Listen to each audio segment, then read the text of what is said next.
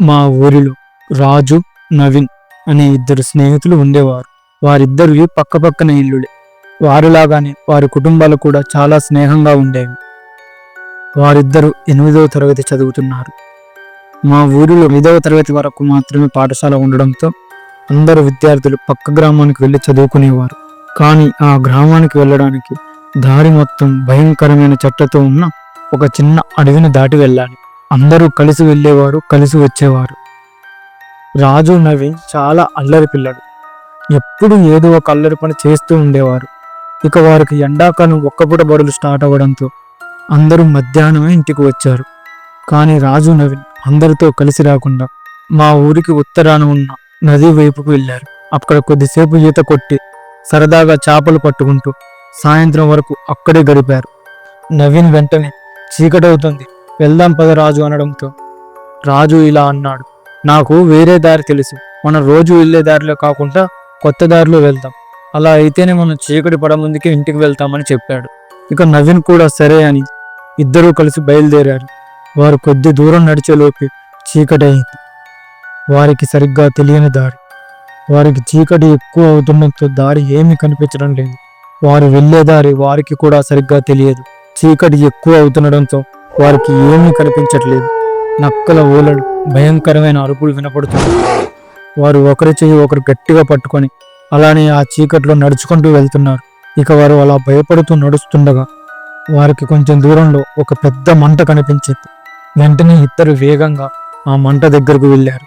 వారు వెళ్ళింది మంట దగ్గరకు కాదు, శ్మశానంలో కాలుతున్న ఒక చితి దగ్గరికి. వారికి ఒక్కసారిగా భయం ఎక్కువైంది. చుట్టూ శ్మశానం, భయంకరమైన అరుపులు. నవీన్ భయంతో గట్టిగా ఏడుస్తున్నాడు. ఇక నవీన్ వాళ్ళ అమ్మా నాన్న, మా పిల్లలు ఇంకా ఇంటికి రాలేదు, ఎక్కడ తిరుగుతున్నారో ఏమో అని ఊరంతా వెతుకుతున్నారు. కానీ వారికి ఎక్కడ కనిపించట్లేదు. ఊరంతా వెతుకుతూనే ఉన్నారు. వారికి ఎక్కడ కనిపించకపోవడంతో భయపడుతున్నారు. అప్పుడే ఒక అతను, మీ పిల్లలిద్దరిని సాయంత్రం నది దగ్గర చూశాను అని చెప్పడంతో వెంటనే రాజు వాళ్ళ నాన్న సాంబయ్య, నవీన్ వాళ్ళ నాన్న మల్లయ్య ఇద్దరు కలిసి నది దగ్గరకు బయలుదేరారు. నది చుట్టూ వెతికారు, కానీ వారికి అక్కడ ఎవ్వరూ కనిపించలేదు. ఇక శ్మశానంలో రాజు, నవీన్ భయంతో ఏడుస్తూ వణికిపోతూ ఉన్నారు. వారికి ఎటు చూసినా చీకటి. వారికి ఎటు వెళ్ళాలని అర్థం కావట్లేదు. ఒక్కసారిగా ఆ కాలుతున్న చితిలో నుంచి భయంకరమైన శబ్దం వచ్చింది. ఇక భయంతో ఒకరి చెయ్యి ఒకరు పట్టుకొని దూరంగా పరిగెడుతూనే ఉన్నారు. వారి కాళ్ళకు మొత్తం ముళ్ళులు కుచ్చుకొని రక్తాలు కారుతూ ఉన్నాయి. వారు అలా పరిగెడుతుండగా వారికి దూరంలో ఊరు లైట్లు కనిపించాయి. ఇక మల్లయ్య, సాంబయ్య ఇంటికి వచ్చి పిల్లలు ఎక్కడ పోయారు అని బాధపడుతూ ఉన్నారు. ఒక్కసారిగా ఆ చీకట్లో భయపడుతూ ఏడుస్తూ పిల్లలిద్దరూ వాళ్ళ ఇంటికి చేరుకున్నారు. ఇక రాజు, నవీన్ వాళ్ళ అమ్మ నాన్న చూసి, ఏమైంది, ఏం జరిగింది, ఈ రక్తం ఏంటి అని అడిగారు. ఇక రాజు, నవీన్ భయపడుతూ జరిగింది అంతా చెప్పారు. ఇక రాజు వాళ్ళ నాన్న మల్లయ్య రాజును గట్టిగా కొట్టాడు. మీ జీవితంలో మీ అమ్మా నాన్న మిమ్మల్ని ఎప్పుడైనా కొట్టారా? కొడితే ఎందుకు కొట్టారో ఖచ్చితంగా కామెంట్ చేయండి. ఇక వారిద్దరికి స్నానం చేయించి 2 కుటుంబాలు తిని పడుకున్నారు.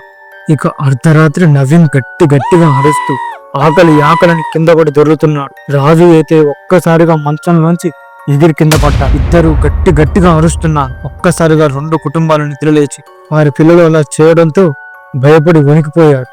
ఇక వారిద్దరూ భయంతో గట్టిగా అరుస్తూనే ఉన్నారు. ఇక వారిద్దరిని ఒకే దగ్గర ఉంచి వారి అమ్మా నాన్న వారిని చూసుకుంటూనే ఉన్నారు. మరునాడు ఉదయాన్నే లేవగానే వారిద్దరిని తీసుకొని భూత వైద్యుని దగ్గరికి తీసుకెళ్లారు. అక్కడ భూత వైద్యునికి జరిగింది అంతా చెప్పారు. ఆ భూత వైద్యుడు వారిద్దరికి చెరొక యంత్రం కట్టి వారికి కొన్ని నిమ్మకాయలు ఇస్తాడు.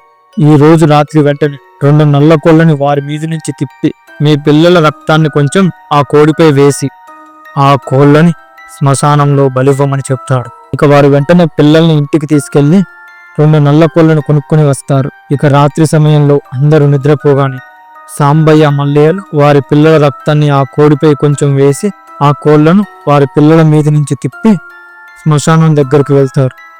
వారు శ్మశానంలో అడుగు పెట్టగానే భయంకరమైన అరుపులు, ఏడుపులు వినిపించాయి. ఇక వెంటనే ఇద్దరు కలిసి ఒక కోడిని బలిస్తారు. ఒక కోడిని బలించగానే వారి చుట్టూ ఎన్నో వందల ఆత్మలు కనిపిస్తాయి. ఇద్దరు భయంతో వణికిపోతుంటారు. వారి ఊరిలో చనిపోయిన వారి ఆత్మలన్నీ వారి చుట్టూ ఉంటాయి. చుట్టూ జరిగే వాటిని పట్టించుకోకుండా రెండో కోడిని కూడా బలిస్తారు. ఒక్కసారిగా ఆత్మలన్నీ భయంకరంగా అరుస్తుంటాయి. ఇక వెనక్కి తిరిగి చూడకుండా ఇద్దరు గ్రామం వైపు పరిగెడతారు. ఆ ఆత్మలు కూడా వారి వెంటే పరిగెత్తుకుంటూ వస్తాయి. ఊరి పొలిమేర దగ్గరకు రాగానే ఆత్మలన్నీ ఆగిపోతాయి. ఊరి పొలిమేరలోకి రాగానే ఆత్మలన్నీ ఒక్కసారిగా వెనుతిరుగుతాయి. ఇక సాంబయ్య మల్లయ్యలిద్దరూ పొలిమేర దగ్గరే ఉన్న పోలేరమ్మకు దండం పెట్టుకొని ఇంటికి వస్తారు. ఈ కథ మీకు నచ్చినట్లయితే ఈ వీడియోని లైక్ చేయండి, మన ఛానల్ని సబ్స్క్రైబ్ చేసుకోండి. మీ అభిప్రాయాన్ని తప్పకుండా కామెంట్ చేయండి. ప్రతి ఆదివారం మరియు గురువారం సాయంత్రం 6 గంటలకు నిజ జీవితంలో జరిగిన అద్భుతమైన కథలను మీ ముందుకు తీసుకొస్తాను.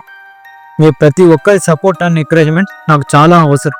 మీ ప్రతి ఒక్కరూ ఖచ్చితంగా మన ఛానల్ని సబ్స్క్రైబ్ చేస్తారని ఆశిస్తున్నాను.